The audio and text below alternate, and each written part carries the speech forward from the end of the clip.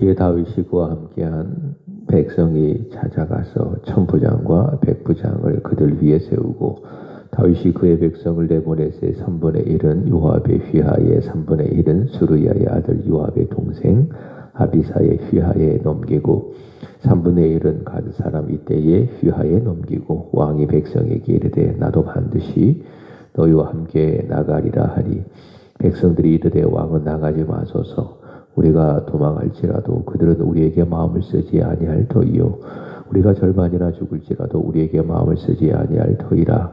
왕은 우리 만명보다 중하시오니 왕은 성읍에 계시다가 우리를 도심이 좋으니이다 하니라.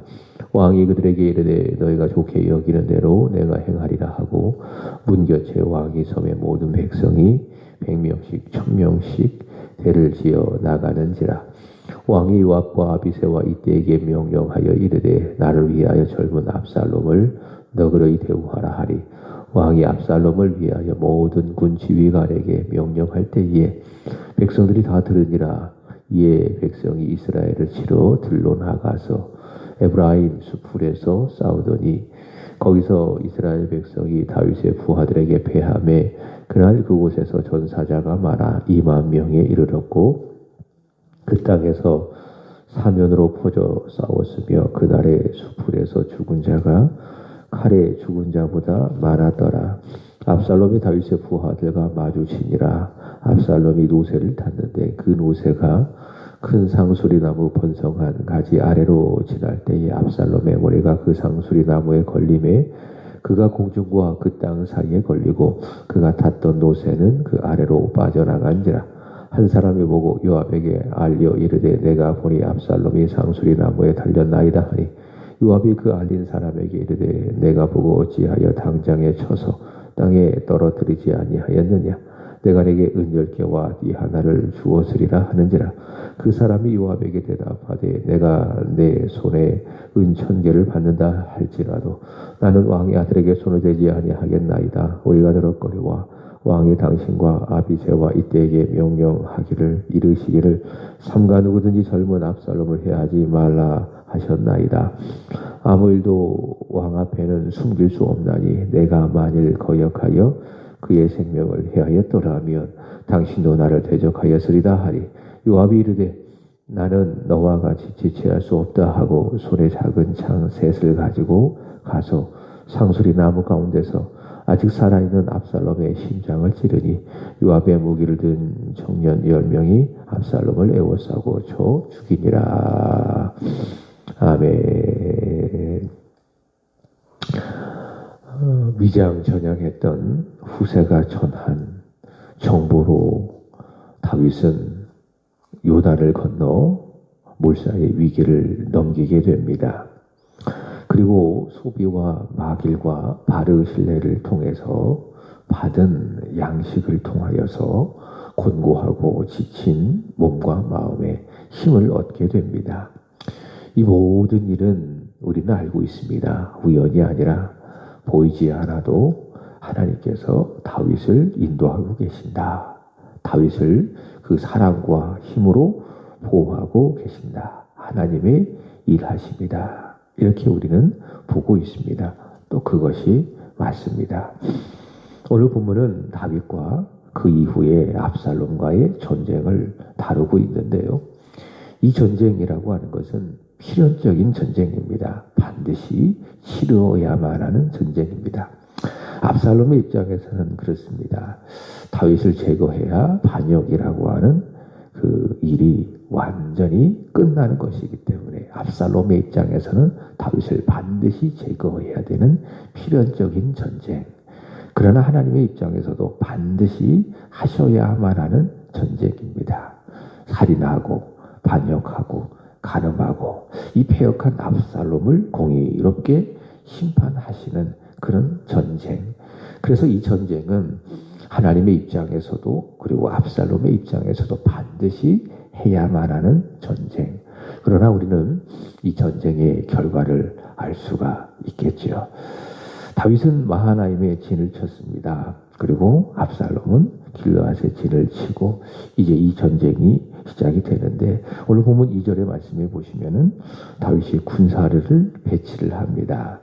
자, 3분의 1은 요압의 휘하에 두고 그 다음에 3분의 1은 수르야의 아들 요압의 동생이지요. 아비새의 휘하에 두고 또 3분의 1은 가드 사람 이때의 휘하에 두고 이렇게 다윗은 전쟁에 배치를 합니다.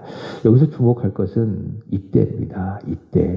이때는 누구인가 하면 이방 사람입니다. 이 이방 사람에게 다윗이 군사를 맡겼다라고 하는 것은 이게 참 대단한 일입니다. 다윗이 이렇게 했을까? 이방 사람 이때에게 왜 군사를 맡겼을까? 다윗은 이때를 믿고 또 이때의 충성심을 믿게 되는 겁니다. 앞서 우리가 읽었던 사무엘하 15장 21절의 말씀에 보시면은 다윗이 압살롬의 반역을 일으키고 쫓겨날 때에 이때가 그때 따라왔죠.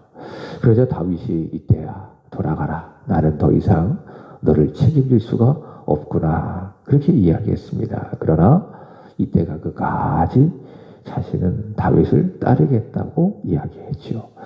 내 주왕의 살아계심과 또 여호와의 살아계심을 두고 제가 맹세합니다. 저는 살아도 죽어도 끝까지 내 주왕과 함께 있겠습니다. 사나 죽으나 왕이 있는 곳에 저도 함께 있겠습니다. 이렇게 이야기했습니다. 마치 룻기 1장의 룻이 어머니 나오미를 떠나지 아니하고 어머니가 가는 곳에 나도 함께 갑니다.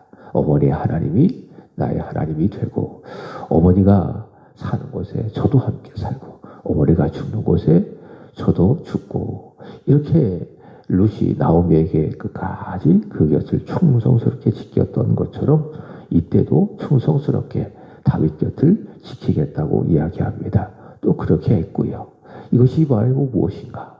이때가 다윗에게 보여주었던 충성심. 이것은 좀 크게 본다면은 하나님을 향하여 보여준 그의 충성심이죠. 다윗은 이때의 충성심을 보는 겁니다. 그리고 믿는 겁니다. 높이 사서 그가 이방인임에도 불구하고 3분의 1을 그에게 맡기게 되는 겁니다. 2절의 말씀에 보시면은 하반절 다윗도 이렇게 3분의 1을 또 3분의 1을 아비새와 이때와 요압에게 맡기고 난 다음에 말하기를 나도 반드시 너희와 함께 이 전쟁에 나가리라 라고 이야기합니다. 자, 그러자 백성들이 하는 말입니다. 3절에 보시면은 하반절에 보면 이렇게 이야기합니다. 왕은 우리 10,000명보다 중하시오니 왕은 서먹에 계시다가 우리를 도우심이 좋습니다 라고 이야기를 합니다. 그들이 원하는 것은 우리가 아닙니다. 그들이 원하는 것은 왕이십니다. 왕은 10,000명보다 훨씬 중합니다. 그러니 왕은 여기 계시다가 후에 우리를 도와주십시오 라고 이야기를 하는 겁니다. 그들은 자신들의 생명보다 다윗의 생명을 더 귀하게 여긴 겁니다. 그러니까 다윗이 죽는다면 전쟁 중에 나가서 다윗이 죽는다면 자신들이 살아있는 것도 이게 의미가 없는 겁니다. 다윗이 살아야 자신들이 사는 것에 의미가 있는 것이고 근데 만약 다윗이 죽게 된다면 압살롬에 의하여서 압살롬이 또 다윗을 노리는 것 아니겠습니까? 다윗만 제거하면 이 반역이 완전히 성공하는 것 아니겠습니까? 그러니까 오직 압살롬 다윗 죽이기에만 마음을 쓰고 있는 거예요. 근데 그 다윗이 전쟁에 나가서 죽게 된다면 자신들이 살아있는 것도 의미가 없다. 살아있으나 죽는 것과 똑같이다. 왕의 생명은 10,000명보다 중하시오니 전쟁에 나가지 말고 후방에 있다가 우리를 돕는 것이 좋겠습니다. 이렇게 백성들이 이야기하고 있는 겁니다. 다윗을 향한 충성심입니다. 여러분 이것이 우리 주 예수님을 향한 우리의 마음, 예수님을 향한 우리의 믿음이어야 되지 않을까라는 생각을 해봅니다. 예수님 내 목숨보다 더 중요합니다. 예수님 나는 내 목숨보다 예수님을 더 사랑합니다. 이런 고백과 또 그렇게 살아가는 우리의 실제적인 믿음이 있어야 하지 않을까. 오늘 백성들처럼 내 생명이 혹시 10,000개가 있다 할지라도 그것보다 내 주님이 더 중요합니다. 주님이 계셔야 나도 있습니다. 근데 만약 주님께서 계시지 않는다면 나도 의미가 없습니다. 내 존재는 살아도 사는 것이 아닙니다. 이것이 우리 주님을 향한 우리의 믿음이고 주를 향한 우리의 충성심이어야 합니다. 여러분, 믿음이라고 하는 것은 내 목숨보다 내 소유보다 예수님을 더 사랑하는 겁니다. 요한복음 21장에 예수님께서 베드로에게 말씀하셨잖아요. 요한의 아들 시몬아, 내가 이 사람들보다 나를 더 사랑하느냐. 주님을 제일 사랑하는 것, 주님을 최고로 사랑하는 것, 다른 누구보다도, 다른 그 어떤 것보다도 우리 예수님, 나를 위해서 십자가 지신 예수님, 그 예수님을 사랑하는 것, 그것이 무엇인가? 그것이 바로 믿음이다 라고 하는 겁니다. 근데 내 목숨보다, 내 소유보다 주님을 사랑하지 않는다면, 내가 그것을 주님보다 더 사랑한다면 그게 뭐예요? 그게 우상인 거예요. 내 소유가 우상일 수도 있고 내 목숨이 우상일 수도 있다. 자, 아침 안개와 같은 내 목숨보다, 내 손에 있는 북이나 영화보다 우리 주 예수님을 더 사랑하게 되기를 축복합니다. 주 예수님을 얻는다면 내 목숨까지도 나는 기꺼이 내려놓을 수 있습니다. 이런 믿음이 있기를 바랍니다. 빌립보서 3장의 말씀처럼 바울처럼 주님을 내가 얻는다면 내 모든 것들은 다 배설물처럼 여기는 그런 믿음이 우리에게 있기를 바랍니다. 전쟁에 나가면서 바울이 그러자 특별히 부탁을 합니다. 백성들에게 또 군사들에게 부탁을 합니다. 너그럽게 대우하라. 5절 보시면은 압살롬을 너그럽게 대우하라. 왕이 요압과 아비새와 이때에게 명령하여 이르되 나를 위하여 특별히 젊은 압살롬을 너그러이 대우하라. 그러니까 죽이지 말라. 그런 이야기죠. 그래서 사실 다윗이 이 전쟁에 나가려고 하는 그런 이유도 이 5절 말씀을 통해서 한번 생각해 본다면은 압살롬을 죽이지 않기 위해서 이렇게 다윗이 이 전쟁에 나가려고 하는 것이 아닌가. 압살롬은 누굽니까? 반역자지요. 그리고 패륜하지요. 압살롬은 아버지를 생각하지 않습니다. 압살롬은 다윗을 아버지로 생각하지 않습니다. 이미 반역을 할 때부터, 아니 그 전부터 그랬을지도 몰라요. 반역을 할 때부터, 그리고 아버지의 처들을 자기가 범한 그 순간부터 다윗은, 압살롬은 아버지를 그 마음속에 지우는 겁니다. 다윗은 내 아버지가 아니다. 그러나 아버지 다윗은 그렇지 않습니다. 패륜합니다. 반역자입니다. 배신자입니다. 그럼에도 불구하고 다윗에게 압살롬은 누굽니까? 내 아들 압살롬, 내 아들인 겁니다. 아들인 겁니다. 그러니까 간절히 부탁하는 것이죠. 요압에게, 아비새에게, 이때에게 나를 위하여 젊은 압살롬을 불쌍히 여겨달라. 너그럽게 여겨달라. 여기서 젊다라고 하는 건 어떤 의미인가 하면 이겁니다. 철이 없는 겁니다. 나를 위해서라도 저 철없는, 저 철부지 같은 저 압살롬을 너그럽게 대우해달라. 죽이지 말아달라. 그렇게 부탁하는 겁니다. 자식을 향한 아버지 다윗의 안타까운 그런 마음을 볼 수가 있겠지요. 6절부터 8절까지는 다윗의 군사와 압살롬의 군사가 전쟁을 하는 내용들을 기록을 하고 있습니다. 6절의 말씀에 보면 싸움의 장소가 있습니다. 자, 수풀에서 싸웠다라고 이야기합니다. 자, 그런데 다윗의 군사가 이겼다. 압살롬의 군사가 다윗의 군사에게 패했다라고 이야기합니다. 다윗의 군사들은요, 압살롬의 군사보다 전쟁에 훨씬 더 노련합니다. 그리고 능한 용사들입니다. 근데 숫자적인 열세가 있는 것이죠. 압살롬의 군사가 훨씬 더 많습니다. 근데 다윗의 군사는 적고, 자, 그러나 전쟁에 아주 능한 용사들이다. 그래서 이 다윗의 군사들은 이 수풀이라고 하는 이 지형 지물을 아주 전략적으로 이용을 해서 이 수적으로 많은 압살롬의 군사들을 이기게 되는 겁니다. 그래서 이 전쟁의 승리가 된 것이죠. 자, 그래서 성경은 이야기를 8절 보시면은 그날에 수풀에 죽은 자가 칼에 죽은 자보다 많았다. 전략적인 승리죠. 지형지물을 이용해서 다윗의 군사가 압살롬의 군사들을 이긴 겁니다. 자, 근데 그게 다가 아니라는 것을 우리는 알고 있죠. 자, 본질은 뭡니까? 다윗의 군사가 수풀에서 이겼다. 이 본질은 무엇인가? 하나님이 이 전쟁에 하셨다. 하나님이 이 전쟁에 다윗의 편이 되어 주셔서 이 전쟁에서 압살롬의 군사들을 이기셨다. 이 전쟁은요, 서론에 말씀드린 것처럼 반드시 하셔야만 하는 전쟁, 하나님께 속한 전쟁, 하나님이 하시는 전쟁. 그래서 하나님께서 이 전쟁에 직접 참여하시는 겁니다. 전쟁에 능하신 여호와, 이길 수밖에 없으시는 여호와 하나님이 다윗의 편에 서시니 비록 수적으로 열세이지만은 하나님께서 이 다윗의 군사들의 편에 서서 수적으로 많은 압살롬의 군사를 이기게 하신 것입니다. 전쟁의 승리는요, 더 나아가 모든 일의 이김과 승리는 숫자의 많고 적음에 달려있지가 않습니다. 우리 삶이 그래요. 세상적으로는 숫자가 많아야 돼요. 그리고 가진 것들이 있어야 돼요. 그래야 이기는 거예요. 그래야 승리하는 거예요. 모든 일이 다 그래요. 그러나 하나님의 역사는 그렇지 않습니다. 하나님이 하시는 일들은 인간들이 하는 것처럼 숫자에 많고 적음, 가진 것에 많고 적음에 달려있지 않습니다. 하나님이 함께 하시는가, 하나님이 임재하시는가, 그것이 중요합니다. 수가 아무리 적어도 아주 불리한다 할지라도 거기에 하나님이 함께 하시면 어떻습니까? 이기게 되는 겁니다. 승리하게 되는 겁니다.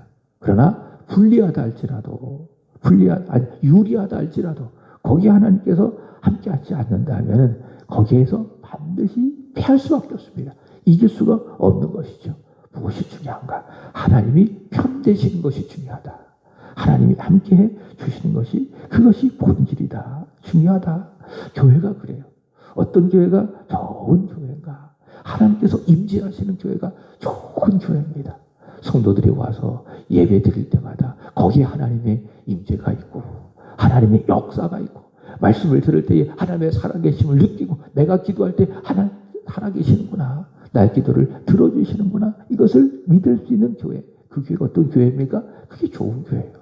좋은 시설을 갖추고 좋은 시스템을 갖추고 큰 규모를 갖추고 많은 사람들이 모이는 그런 교회. 그런 교회가 좋은 교회가 아니라 어떤 교회가 좋은 교회입니까? 하나님이 주목하시는 교회. 하나님이 임재하시는 교회. 하나님이 함께 하셔서 예배를 받아주시고 성도들이 예배를 통해서 하나님의 임재를 느낄 수 있는 그런 교회. 그런 교회가 어떤 교회입니까? 크기와 상관없이, 규모와 상관없이 어떤 교회? 좋은 교회.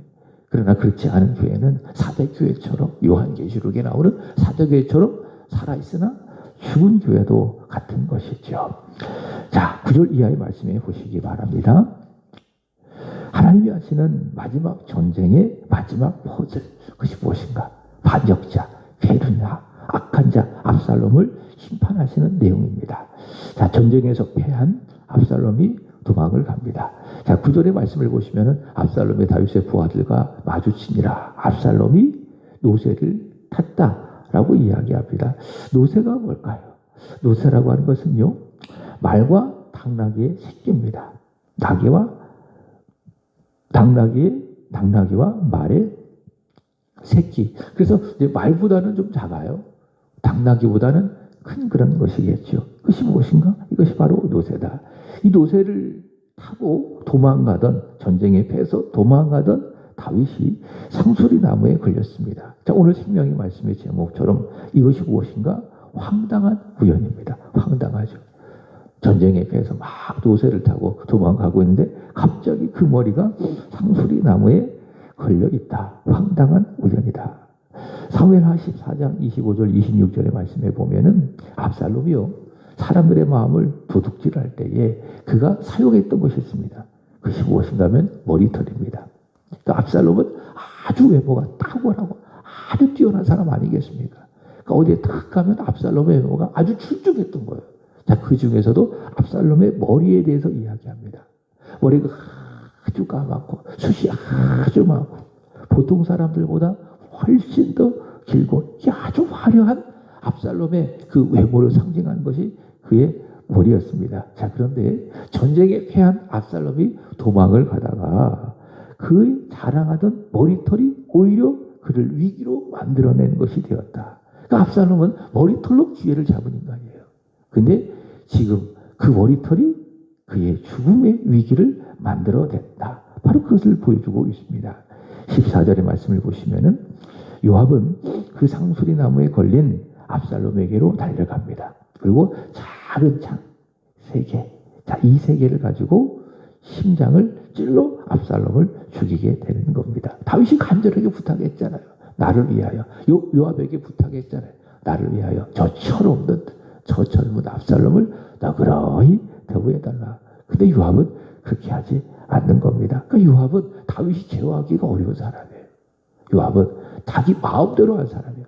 그러니까 자기의 정치적인 유익을 위해서라면 왕의 명령을 늘 거역할 수 있는 그런 사람이 누구냐?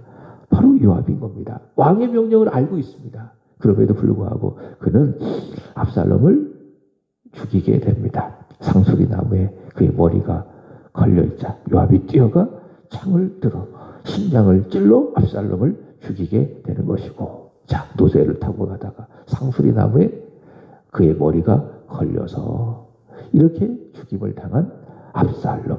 황당한 우연인 것처럼 보이지만은 그러나 그렇지 않죠. 17장 14절에 말씀해 보시면은 하나님이 하신 것입니다. 하나님이 하셨다. 하나님께서 공의롭게 압살롬에게 화를 내리려 하셨잖아요. 그죠? 하나님께서 압살롬을 화를 내리려 하셨잖아요. 그 하나님의 공의가 바로 이 일을 통해서 실행이 되는 것입니다. 인간의 살아있음, 죽어있음, 생사, 그리고 화, 그리고 복, 이 모든 일들 다 무엇인가? 우연이 아니라 무엇인가? 하나님의 섭리입니다.